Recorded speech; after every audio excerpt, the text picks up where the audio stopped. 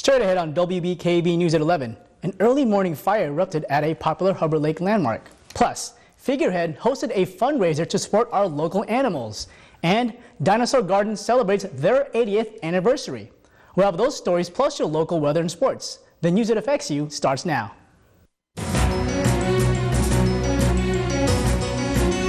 From Rogers City to Tawas City and all points in between. This is Northeast Michigan's award-winning news team. We are your source for news, weather, and sports. We are WBKB News at 11. Good evening and thanks for joining us. I'm Neil Liwanag. At about 5 o'clock this morning, the Hubbard Lake Fire Department was dispatched to a fire at the Cedar Grove Bar and Grill. The fire proved to be too massive, so firefighters from Sanborn, South Shore, Alcona, and Alpena all came out to help clear out the flames. Local bystanders say they are heartbroken by the incident because this is a popular landmark that has been around for many years. It took fire officials until 10 a.m. to discharge most of the fire, and some are still continuing to keep an eye on the building. The cause of the fire is still under investigation, and no one was injured. This afternoon, Figurehead Salon welcomed stylist Patrick Lomentini for a fundraiser supporting the Huron Humane Society. The event was a part of Lomentini's Bark Aid 50 States tour to raise funds and awareness for animal shelters all across the country. In 2010, Lomentini started Bark Aid as a way to implement his passion for cutting hair and his love for animal rescue. For a $20 donation, the community got a chance to get a cut by Lomentini and also win some prizes. There were plenty of games for children and lots of food to celebrate. Lomentini was overwhelmed with the city's incredible hospitality and was thrilled to get acquainted with some of Alpena's residents. The people here are just amazing. The outpouring and the support for the Humane Society, what Natalie is doing over there is just absolutely amazing. And the fact that they're getting a haircut, they're spending a few moments with me, getting to know me, and as well as donating to what she's doing is just it's just an amazing event. And the salon and all of the girls here, I can't say enough about them. Lomentini continues his tour as he visits Indianapolis on September 1st. For more information on Bark Aid, please visit barkaid.org. Yesterday, Dinosaur Gardens celebrated a monumental feat with their 80th anniversary. Dinosaur Gardens prides itself as a unique property for visitors to come out and learn about the prehistoric times. So, Congressman Dan Benishak presented Dinosaur Gardens with a certificate for being in business for 80 years. Owner Gary Steffen says he is extremely excited for this accomplishment, but his true satisfaction is seeing visitors come back and relive the good times they spent at Dinosaur Gardens. It's amazing how many people come back, and we're seeing third generation people come back with their kids and their grandkids, and it's so fun to watch these kids actually tell us more about the dinosaurs themselves and what we know about them. If you're interested in visiting Dinosaur Gardens, visit their website at dinosaurgardensllc.com or call 989-471-5477. Last night, French Road Bash celebrated its 19th year, and this year the event is now officially a music festival. The French Road Bash began when Wayne Kanjorski came back to Alpena from Detroit after 17 years. The community then had a welcome back party for Kanjorski and says that they had so much fun that they decided to make it an annual event. The bash consisted of great food, great fun, and of course, great music. It featured 3 stages for band to play on, and even though the event was free, the community still found a way to give back. Well, we have a donation box, and this year, since we've gotten so big, we decided to get the Evening Lions involved so that we can take some proceeds and give it back to the community. And we just do this as a payback to the community and just for fun. Have music, and the whole thing is all about the music. Kanjorski says that the next year he hopes that the French Road Bash will be even bigger as it celebrates its 20th year. Over the weekend, the Alpena Flyers are getting ready for the season as they hosted a fundraiser at Lee's Mini Golf. Players, coaches, and staff joined people in the community for several games of miniature golf. It was a $15 admission to play, which also included a hot dog, chips, pop, and a ticket to a Flyers home game. The fundraiser was a great opportunity for the team to get acquainted with the locals and their fans as they look to travel to various cities in the upcoming season. So I'd like to see the community come out. We try and pair one of the players with every group so they get to know some of the players, and helps buid our audience a little bit, get people to the hockey games. The team's in a new league this year. We've got a pretty big footprint. We'll be traveling to Chicago and Boston, so this is just a fundraiser to help offset some of our travel costs for the year. Tickets are now on sale, and the first Flyers game is September 25th. Coming up on WBKB News at 11, a state trooper is being remembered by friends and family after Friday's fatal incident. Plus, plane riders will soon have faster Wi-Fi on board. All that and more next. Welcome back. In state news, State Trooper Chad Wolf is being remembered as a model human being after dying in a terrible event. Andrew Keller has more. A trooper and a friend. Tonight, Chad Wolf is remembered by those close to him as a great police officer, but an even better man. He cared about them like brothers, cared about all of us like brothers, and it's just the guy he is. Adam Kern was very good friends with Wolf. He says the 38-year-old was very involved with the church, playing on the softball team and being the youth pastor. But he says Wolf's biggest passion was being with his family, his wife, and 4 children, and worshiping God. Just a great family man, a great friend, a great husband. He's the type of guy that you want to be. Inspired me to be better every day, and will continue to do that. Wolf had been with the state police since 2008 and was a member of the 121st Trooper Recruit School. He served in Flint, Jackson, and Metro Detroit. And members at his church say police work was his perfect job. His caring for other people more than he cared for himself. He was risking his life daily for us, and unfortunately, he lost his life today. God has a plan for Chad, and Chad was a warrior for him, and you don't understand it, you can't wrap your mind around it, but you just continue to pray.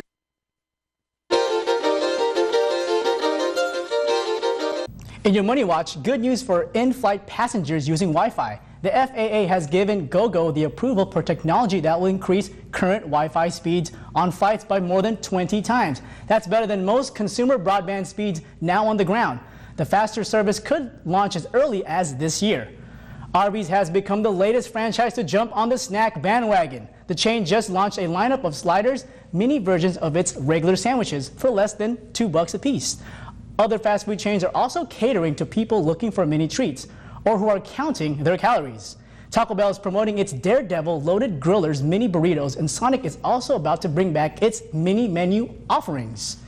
And the iconic Goodyear blimp is getting a makeover. The new version technically won't be a blimp because it won't deflate when helium is removed.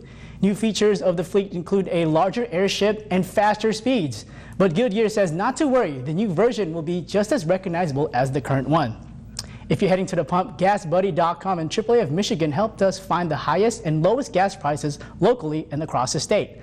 The lowest price for gas in Alpena is coming in at $2.32 at Admiral Station. The highest is $2.34 at Shell. Across the state, the lowest price at the pump is $2 in Lambertville. And the highest price is coming in at $3.60 in Copper Harbor. There's still much more to come on WBKB News at 11. Kyle Logan will be in with sports, and I'll be right back with your full weather forecast. Stay tuned. Thanks for joining us. Now it's time to look at the weather. All right.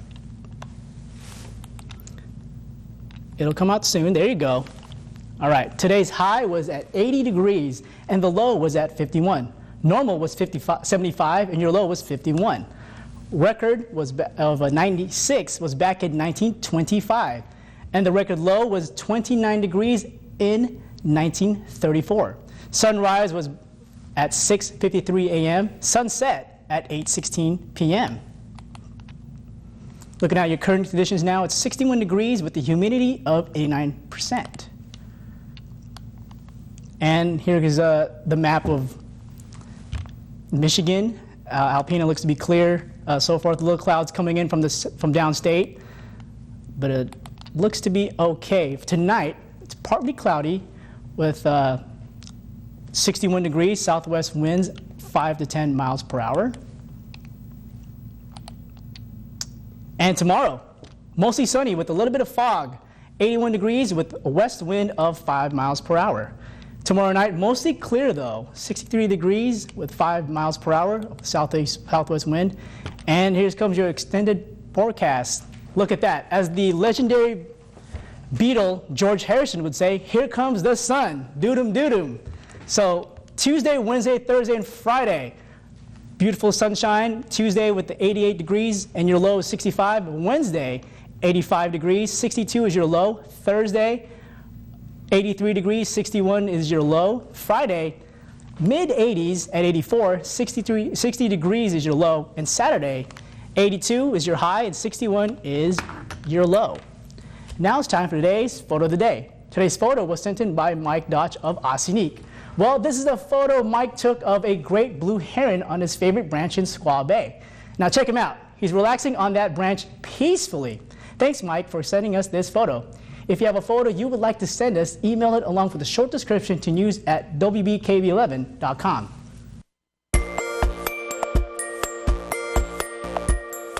In your Health Watch this evening, the CDC is reporting most parents are making sure their children are immunized as they head to school this fall. 2 new studies indicate vaccination rates stayed high through 2014. The percentage of children not getting shots stayed below 1%. Doctors warn clusters of unvaccinated children in some states put schools and communities at higher risk. Getting children up off the couch, even for short breaks, is good for their health. Researchers in Washington, D.C. say interrupting long periods of TV watching or video game playing with just a few minutes of activity can improve blood sugar levels. And researchers in Sweden say older women treated with growth hormone cut their risk for fractures related to osteoporosis in half. In national news, Tropical Storm Erica is bringing strong winds and heavy downpours to the region. The storm caused major destruction in the Caribbean before breaking apart. Don Champion has more. The remnants of Tropical Storm Erica whipped up dangerous waves along the beaches of South Florida. Flags on lifeguard stands warned people to enter at their own risk. Some surfers could not resist. All the waves keep crashing on you, trying to drown you and stuff. But once you get out there, you hit the wave. It's good, man. Yeah. Even though Erica weakened significantly over the past 2 days, the biggest threat is the storm's drenching rains.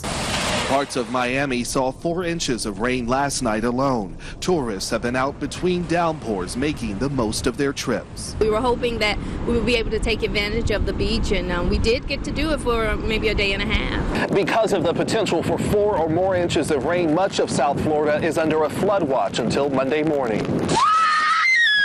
Erica dumped more than 15 inches of rain on the tiny Caribbean island of Dominica last week. At least 20 people were killed and dozens are still missing. Crews are trying to get food and supplies to communities cut off after roads were washed away. Officials in Dominica are requesting aid from the international community. Sports is coming up next, but first, Kyle Logan is here with a preview. Kyle? Neil, tonight in sports, the Tigers look to salvage the last of a 3-game set, and the final round of the Barclays took place over in New Jersey. Also, we'll show you just where things are at in the Xfinity Series, and a big event took place at the Alpena Golf Course today. To find out the details, you have to come on back. Sports is next.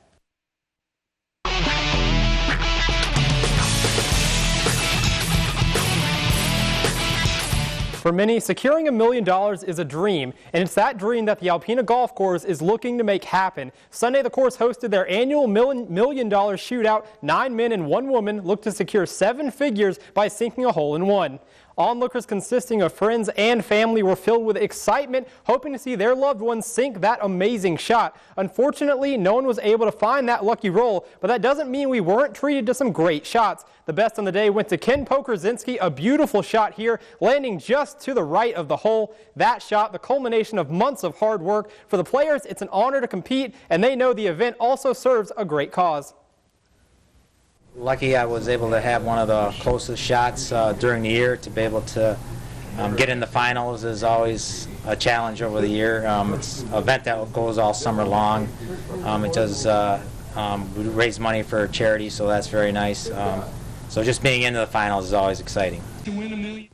This was the 6th year for the shootout, and the hope is that next year someone will be the first to take home that $1 million. But as for today, let's see how all of the shots played out. As you saw, Ken Pokorzinski just 17 feet 10 inches out. Neil Belmore was second at 21 feet 3.5 inches out. Larry Worth almost right at 28 feet in third, followed by Ryan Gallagher at 32 feet and 1/2 inch in fourth. And rounding out the top 5 was Jake Bile at 32 feet 6 inches. And the rest of the top 10, Byron Parr in 6th at 84 feet 9 inches, Adam Sidlowski at 106, 3 inches, Jim McCallum and Matt Waja in 8th and 9th at 143 and 153 feet, respectively, and Mary Schulk, the blind draw participant, at 165 feet 5 inches. Tigers looking for any kind of momentum as they try to avoid the sweep. Hard-throwing Alfredo Simon on the mound. There he is. But the hit parade, unfortunately, would continue up in Toronto, and Detroit, unfortunately, did not have an answer for it. First inning, future possible MVP Josh Donaldson, the big leg kick, the big stroke, and he sends it way over the wall in left. He hears the chants of MVP around the bases. 1-0 Jays. 2 batters later, the man of the weekend, Edwin Encarnacion, goes oppo boppo again and hits his 4th home run of the weekend. 2-0 Toronto. To the second, Simon still struggling, Russell Martin on base, and Kevin Pillar takes this pitch for a ride. Now 4-0 Blue Jays, and it would unfortunately get worse. Bottom 4, it's Martin's turn this time. He blasts it to left, and with 2 low on base, it's another 2 runs for the Jays. Down 6, though, in the 6th, the Tigers would finally get something. Rajay Davis on 3rd and 1 out. Miggy grounds to 3rd, and he's retired, but Davis crosses home plate for the Tigs' first run of the ball game. Detroit would add 1 more in the 7th, but this 2-run double for Ryan Goins in the 8th would increase the lead once again. The Jays would then tack on 1 more, and 9 runs on 11 hits was more than enough. Jays win 9-2 and sweep the Tigers. Afterwards, James McCann spoke about the struggling offense. It's frustrating, that's for sure. But it doesn't change the fact that we come out each and every day trying to win ball games and doing everything we can to do that. Even those few words show just how tough it's been for the Tigers. The team has now lost 9 of their last 10, and they drop another game back in the wild card race. The team will look to bounce back on Tuesday when they face the Royals. No more majors this year, but fear not, as the FedEx points race moves to center stage. The playoffs have begun, and the Barclays is just the first stop. Final round at Plainfield Country Club, 2 big stories on the day. First is Brian Harman, par 3 14th. It might seem like a normal shot, close to the pin, one of those easy shots. Well, not this one. It would touch down on the front of the green and roll in for an ace. He's absolutely stunned because that's his 2nd ace on the day. Not something you'll see week in and week out. The other story was the Aussie, Jason Day. Fresh off his PGA championship, he looked absolutely magnificent. Began the day tied for the lead and posted one of the best rounds of the entire tournament. Here on the 10th, a long birdie putt, but it's a straight shot and he would sink it. Moves him to 15 under on the day. We'll go ahead and get to 18. He's got this one well in hand. This birdie putt to clinch it, and he cannot be stopped. The fist pump, 7 under on the day, and he wins by 6 strokes. Now let's see how everyone finished behind him. Jason Day on top at 19 under. He set a tournament record with a low 72-hole score of 261. Behind him, Hendrik Stenson at 13 under. He was 4 under on the day, and the southpaw, Bubba Watson, at 11 under. Then we round out the top 5 with 2 Zacks in the form of Zach Johnson and Zach Blair, who both finished at 10 under par. The NASCAR Sprint Cup boys were off this weekend, but the Xfinity Series was in action Saturday night. Paul Menard took the checkered flag at the Road America 180, and here are your current standings. Chris Buescher is still your points leader after his 9th place finish Saturday night. Chase Elliott, after his top 5 finish, is just 16 points back. Ty Dillon sits 3 more points back in 3rd, and they are followed by Regan Smith and Elliott Sadler, who round out the top 5. And Neil, a little bit not necessarily in the show today, but by the time that we are on the show next weekend, college football in the Division I will have come back. Michigan, they play Utah. Michigan State, they open up their season against Western Michigan. And finally next Saturday, starting next really Wednesday and Thursday, we are finally going to have some FBS football. So Neil, I know you're excited. I'm excited. It's really going to be fun. Yeah, I'm totally excited to have college football back, and then soon we'll have NFL football as well too, right, Kyle? Just another week after that. So really it's all kind of culminating. Football is finally starting back, high school football this past week. So really just everything. If you're a fall fan, if you love football, this is the time for you. It's really going to get exciting in here. Okay, well, thanks, Kyle. Thanks, Neil. Coming up next on WBKB News at 11, here's something for you rock stars out there. Yes, it exists. The Air Guitar Championship. Find out how it all went down. Welcome back. Now we played a little bit of air guitar pretending to jam to our favorite song. But Kyle, did you know there's an actual Air Guitar World Championship? Yes, in Finland this weekend, it was the 20th annual Air Guitar World Championship. 17 contestants from several countries, including the U.S., Japan, Russia, and Germany, participated in the event. But it was Russian key reel Blue Man Kratz, nicknamed Your Daddy, took home the title. The purpose of the competition is to promote world peace, and according to the ideology of the air guitar, wars would end, climate change stop, and all bad things will disappear if all the people in the world played air guitar. That's really interesting, you know, being part of the air guitar. I'm a little excited. I might have to be doing that. I'm going to have to join that next year. I think it's certainly a very exciting thing that certainly a lot of people get into. Certainly, Neil, I know you have created a passion for it yourself here on this, at WBKB, but I think whoever kind of came up with that little slogan of ending world peace and, you know, stopping world hunger and things like that probably was the same person that put on this championship, but it certainly looks like a lot of fun as long as you're not in that mosh pit down there. Yeah, definitely. Don't stop believing. I think I can do it next year, Kyle. Well, singing's not involved, but the air guitar you might have down, Neil. Yeah, thanks. All right, man. And remember, you can read more about our broadcast stories and get the scoop on other news items online. Just visit WBKB11.com for sports, weather, and news updates anytime, day or night. Or add us on Facebook at facebook.com/WBKBTV. Well, that'll do it for tonight's show. Wake up with Erica Fernandez tomorrow morning at 6:30. Good night, everybody.